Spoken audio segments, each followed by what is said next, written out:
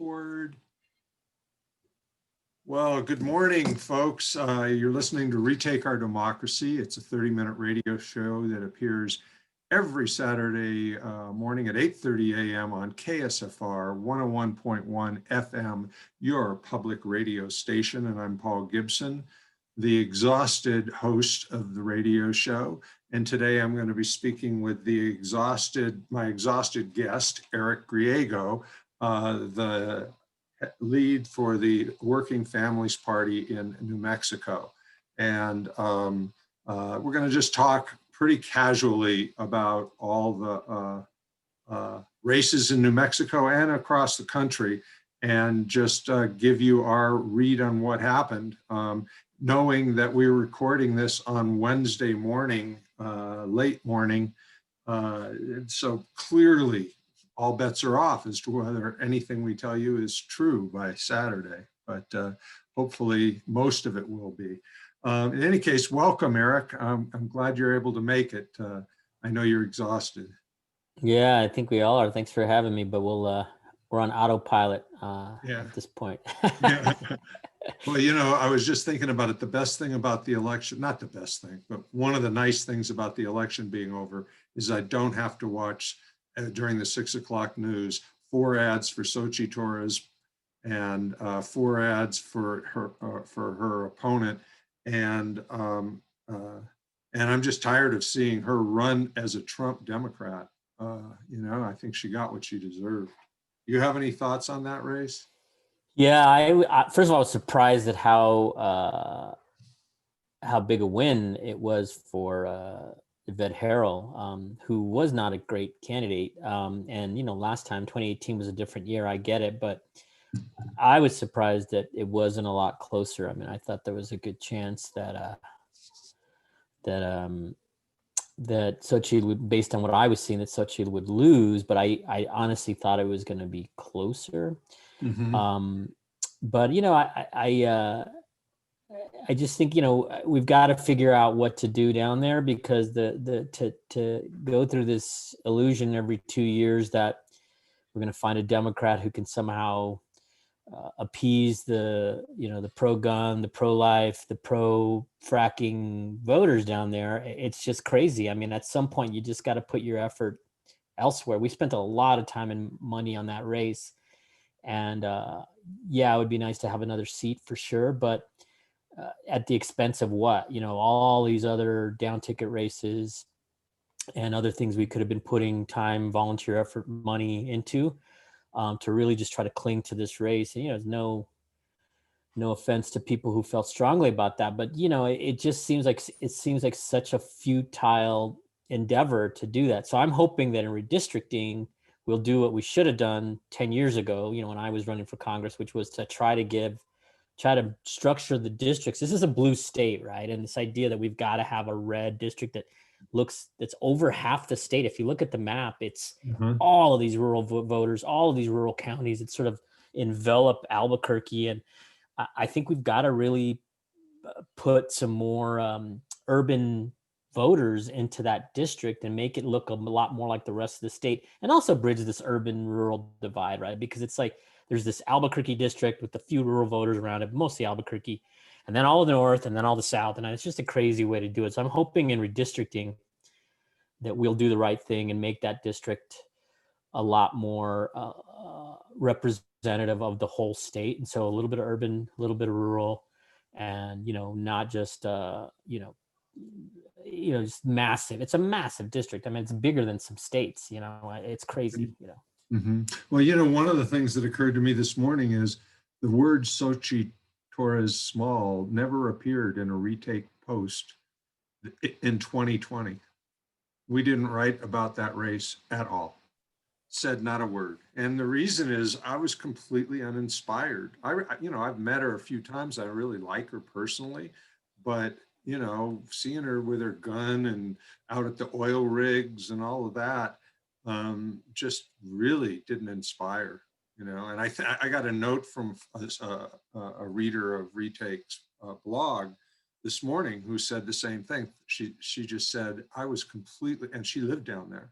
She just goes, I was completely uninspired by that race, and they got to find a real progressive to run like a Democrat, regardless. I almost feel like it's the same as with John Arthur Smith and Naomi knocking him out. I'd rather have, a Republican over there than some Democrat who votes with the Republicans all the time and stuff.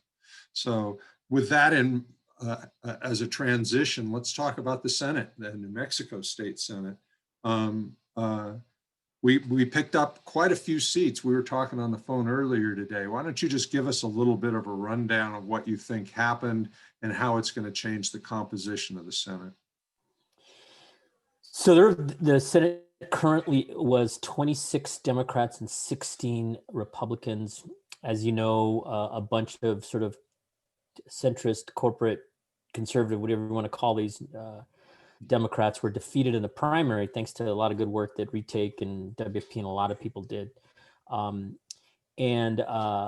So our goal was to not just increase the overall numbers, because as we know, it's not just how many Democrats and Republicans do you have, but like what kind of Democrats are they, right? So Right. we really tried to get good, progressive, bread and butter, democratic values, centered people to run, and obviously people who didn't come out of, the machine or, sort of legacy machine type politics that really came from community of teachers and healthcare workers and frontline workers. So we were successful in the primaries, and then in the general, there was this pushback, not just from the right, but frankly from our own party. I don't think everybody was crazy about the idea that we had the audacity to take out a couple of, Democrats who were Democrats in name only, including John Arthur Smith. But in the end, we were able to pick up 3 Republican seats, all in the Albuquerque area, Senate District 10, which was Katie Duhigg picked up that seat, defeated Candace Gould. Harold Pope, who was a great candidate, defeated Sandra Rue over on the west side of Albuquerque. Great candidate. And then Martin Hickey, who's a physician and a health insurance sort of exchange executive, won an open seat, which is really important because the person who held that seat, Bill Payne in the state Senate, was really the brains of the Republican minority in the Senate. He really is a smart guy, lawyer, and it's a huge pickup for us. So we have 3 new Democratic seats. The sad news, as you know, is because we both worked really hard on these races, is Naomi Martinez Parra, who really ran a really tough race in a Republican-leaning district against the highest spending in any Senate race in the state, and they really came after her on everything they could think of, and questioned her teaching credentials, questioned her commitment to law enforcement, just a lot of crazy stuff. It was a pretty dirty race, and she lost. And then Pam Cordova over in Valencia County, really another tragic loss.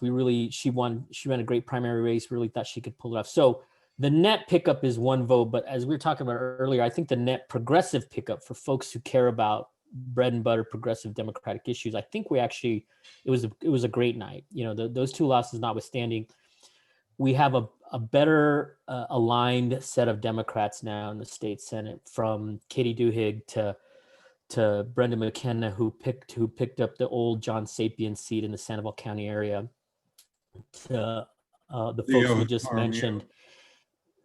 Leo Jaramillo. Yeah, Leo Jaramillo up in northern New Mexico, in Rio Arriba, who defeated Richard Martinez in the primary, but he held on even though Richard Martinez helped his opponent in the general, much to everybody's dismay.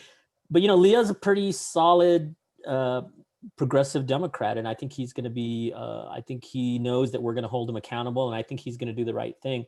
So I feel like we got, as I count them, 7 new progressive leaning state senators, which is huge. I think that means that all of these great, everything from green energy to reproductive rights to early childhood constitutional amendment to Medicaid buy-in, democracy reform issues we've been talking about, all of those are going to have a much better chance of passing with this new group in the Senate. So I'm really, really optimistic about despite the 2 losses, what we can do, and hopefully in the years to come, at least next year and the next couple of years.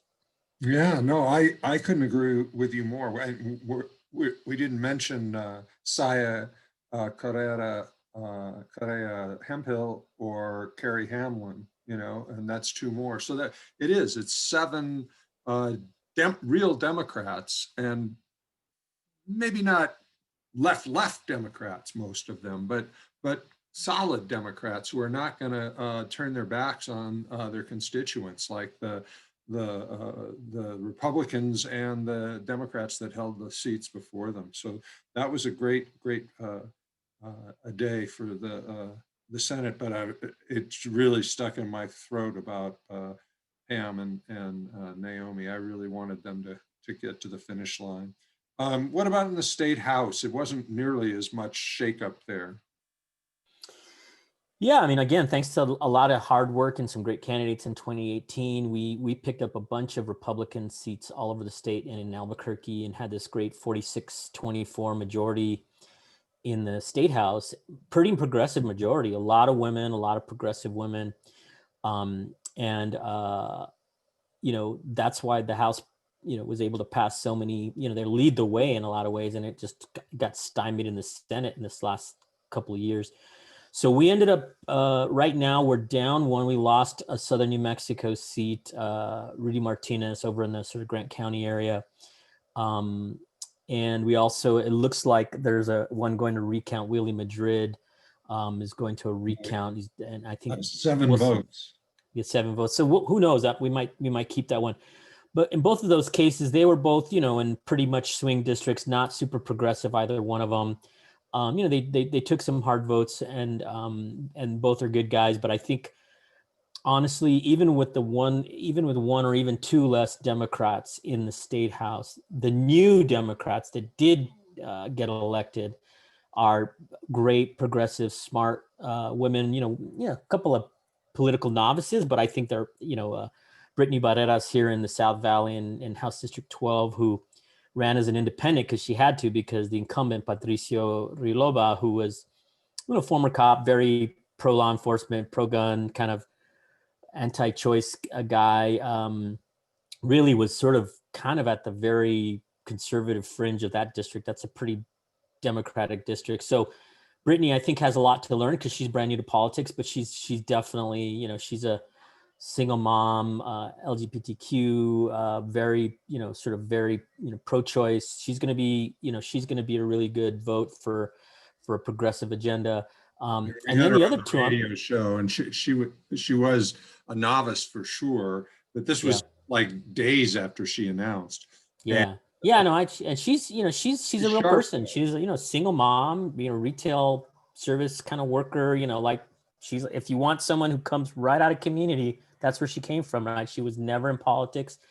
She kind of got recruited to run when Riloba misfiled his paperwork. And the part that I like is she defeated a machine corporate Democrat, Art de la Cruz, who was on the county commission, who finagled a seat, an appointment to take the seat while the election was going. Total shady backroom kind of deals. And he just got destroyed. They didn't even count his write-in, but he had to run as a write-in. They didn't even have to count his write-in votes because she got more than 70% of the vote, and they didn't even bother doing the count. So I think that was a pretty good, huge statement about those kind of machine corporate politics. And then the other two great House candidates, Cristina Ortez, who is taking Bobby Gonzalez's old seat. Dan Barone held it in the interim, but she's going to be a great progressive voice for folks in Taos, in that area. And then the other one that I'm really excited about, given all the drama, is Roger Montoya, because he's just such a solid guy. And despite some really sketchy negative campaigning, he just, and I'm really proud of his district and his constituents, because they said, we're not going to be dissuaded by all this dirt about his, decisions he made as a young guy. He's a solid guy. He's a CNN hero, and he's going to be fantastic in the legislature. He's just a solid, real. So those are three new progressive votes that were not there. Joseph Sanchez was terrible. Bobby Gonzalez is a decent guy, but was not a progressive guy. And then, Patricio Riloba also wasn't very progressive. So now you have these three really progressive folks who are going to be, I think, add additional horsepower to Right. the progressive majority that's already in the state house. Well, that's what you and I were talking about on the phone earlier, and that is that, it's not just about having a D after your name. It's about how you vote and how you represent. And if you look at the composition of both chambers, we've made significant improvement over 2020. And so I'm hankering to get going on the legislative process and seeing what we can get done, because that's the whole point of this. It's not just about winning, it's about winning so you can get some things done. So let's take a minute and talk about the national race. We were talking again earlier, both of us went to bed at about 11:30 last night, and I think both of us thought Biden lost, and we have Trump for 4 more years. It wasn't even remotely in my head that we were going to win. Last time in 2016, I stayed awake enough to where they basically said Trump had won. So I went to bed certain he had won. But this time I was almost certain. And when I woke up, I sort of couldn't believe my ears as I was making coffee and listening to CNN. So what was your hit on this? Yeah, I mean, I was not as resigned to Trump winning as maybe you sound like you were. There was some noise from some of our national allies about Pennsylvania. We WFP and some really close allies, Black Lives Matter allies, we went really, really deep in Philadelphia. Like, we elected the first WFP city council person, Kendra Brooks, there. And so we had been organizing in that greater Didn't you do Philadelphia also area. the district attorney race there? Yeah. That's awesome. Yeah. Larry, oh God, I'm forgetting his name now. I can't believe I forget his name, but Larry Kaplow it'll or come to me. It'll come to me. Anyway, Kras- so yeah, what's that? Larry Kraslow or something like that? Krasner, right, exactly. He's been great, and he's been outspoken, and he's, like a real criminal justice reform, and he's been just such a fresh voice in an important place, right?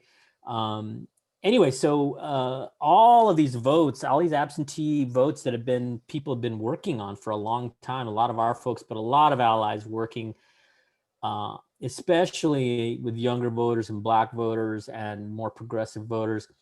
I was hopeful that there's enough votes there, and as we watch this unfold over the last couple hours, it definitely looks like there's a big chunk of those votes that, despite their best efforts, the Trump folks won't be able to really suppress those, and they're going to really put. There's a really good chance they're going to put Biden over the top in Pennsylvania.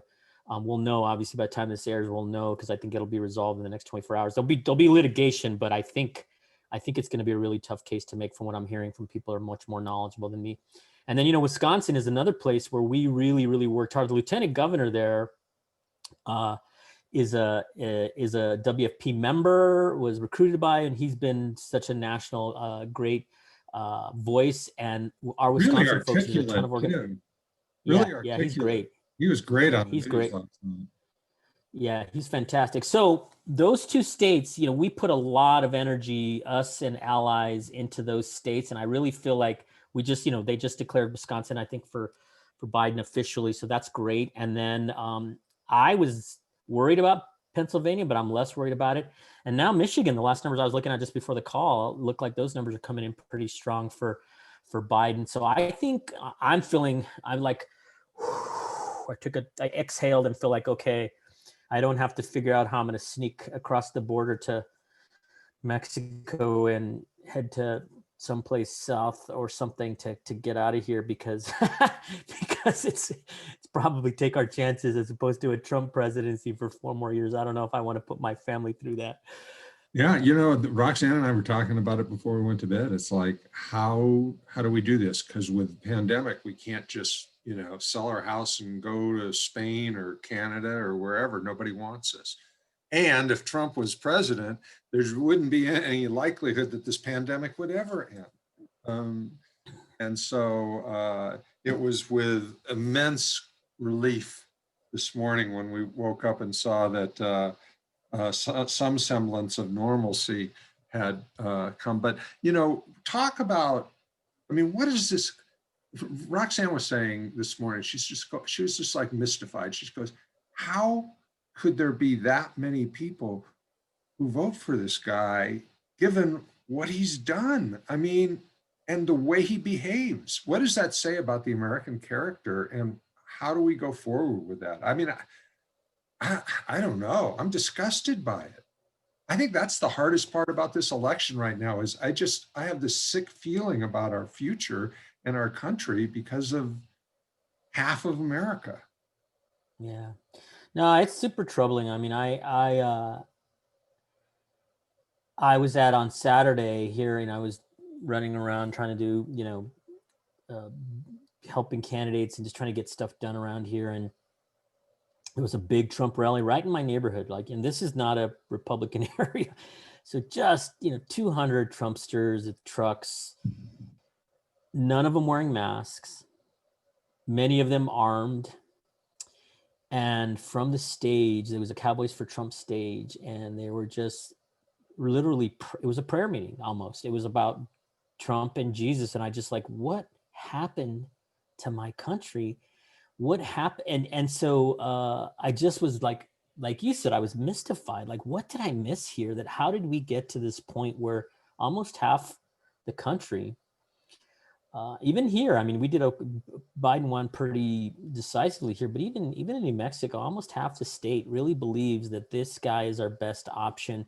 They'll put aside all of these atrocities that he and his administration and the incompetence, not just COVID, but all, the caging and the family separation stuff and the terrible foreign policy stuff and the corruption.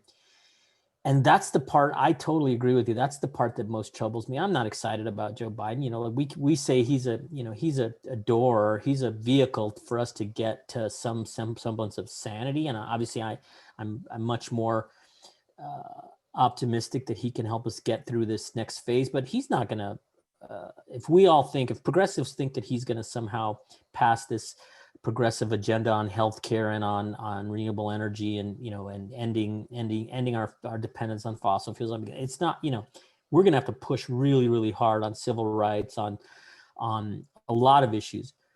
But the alternative is, to me, was just so inconceivable. And that's the part that I feel like sometimes I'm a stranger in my own land. I'm like, who Yes. are these people? Yeah. Who are these people? And I have to be honest, there are a lot of people in my family who somehow think that what he is saying, it's around the pro-life stuff, it's around the economy, it's around keeping people safe, all of those most primal, basic, and I don't get it. I just decided not to engage with, I have a couple aunts who are evangelicals. I'm like, I'm just not going to engage with them because there's no talking sense to folks who think that this guy's somehow a credible leader. It's just there's no common ground. I wish there was. I thought George Bush was kind of an idiot, but at least you could have a conversation about policy differences, and at least he wasn't attacking Muslims. He was de-escalating things. I didn't think he was the sharpest tool in the shed, but you could have a conversation about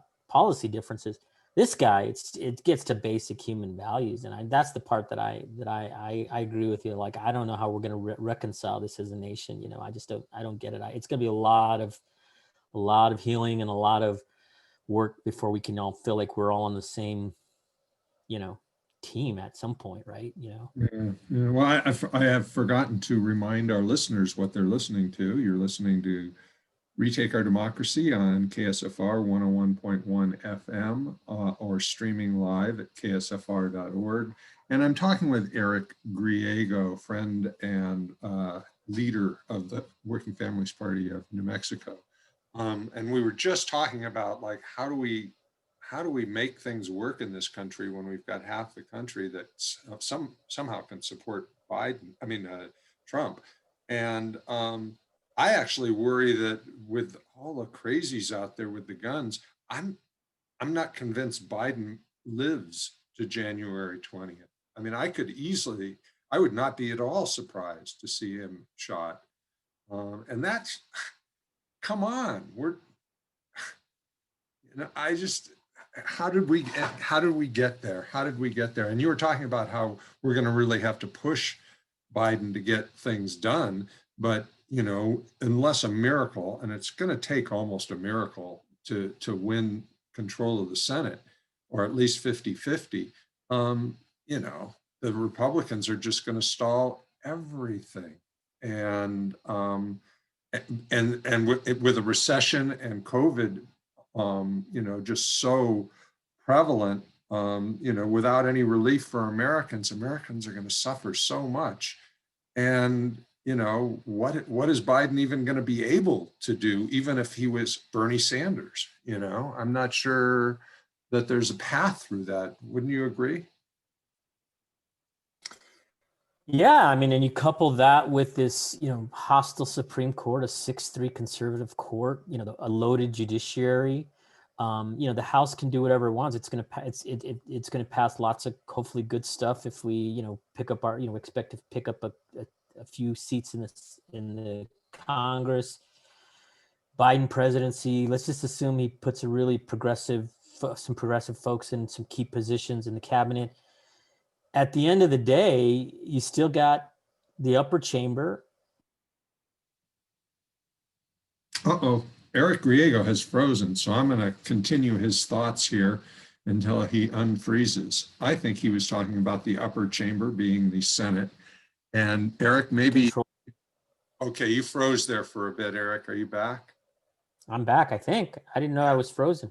Yeah, you said upper chamber, and then that's where you. Yeah, so the upper chamber and the courts, you know, really in the tank for this kind of conservative movement, and I think it's going to be a rough road. I mean, let's just assume that we do great on the House and in the Congress, and you know, we get a great cabinet, and let's just assume we can push Biden on the Green New Deal and on you know, a real progressive agenda. It's going to be tough. You know, it's going to be tough. So.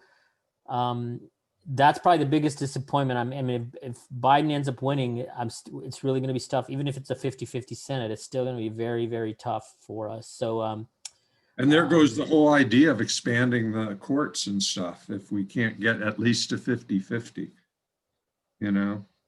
Yeah. And, it's not. It's better than when we went to bed, but yeah, it's a steep climb in 2021. Anything else? Yeah. What are you planning to do over the next few days? I mean, you've probably got some stuff to take care of from the election, but you're going to get a little bit of a break now. Well, unfortunately, everybody's put a lot of key decisions off till after the election. So we're, as you know, thinking about, okay, with all these wins, what does this mean for leadership in the state Senate, which is really, really important. So we have to really start making the case that the leadership should reflect what just happened, right? Which is, you know, a lot of women elected, a lot of progressives elected, a lot of you know, folks from community who are really expecting a leader who represents that. So that's one thing. We got to get on top of this redistricting issue, right? Haven't just seeing what just happened in southern New Mexico in that congressional seat. Like, we've got to really start convincing these leaders that we've got to change those 3 congressional districts so that they are much more representative of the entire state. That's another big thing. And then, you know, like we've got a huge policy agenda for the legislature, so we've got to start getting that together and really getting our ducks in line there. And in addition to that, we have policy campaigns at the local level. You know, we're trying to get paid sick leave done here in Albuquerque. We're trying to pass some other policies like that at the local level. So everything has been sort of on hold, and now we can't say, well, wait till after November 3rd. Now it's like you got to get to work as opposed to taking a month off, which is what I would prefer to do, but doesn't look like that's in the cards. So. Yeah, well, I'm going to definitely take a couple of days anyway. And then the same thing you just talked about, I'm sure we'll be on the horn talking a strategy on all of the above. So we're out of time. I want to thank our guest, Eric Griego, for, despite being exhausted and probably wanting to do just about anything but talk politics right now, he graciously offered to do the show. And so thank you, Eric, and I hope you do get some rest. And I'm sure I'll see you in the very, very near future. So that's it for today at Retake Our Democracy. We'll be back next week Not sure who my guests are going to be, but I believe it's from the New Mexico Environmental Law Center. The new director there, Virginia Nececchio. Is that her name? De Necochea. Oh, okay. Okay. Necochea. Yeah, she's Necocchea. great. Yeah, yeah. I talked to Great. her a few weeks ago, but we haven't been able to hook up to get on for the radio show, but I think we're going to do that. So anyway, take care, Eric. She's been great. See ya. All right. Thanks, Paul. Thanks for your work. Okay, bye-bye.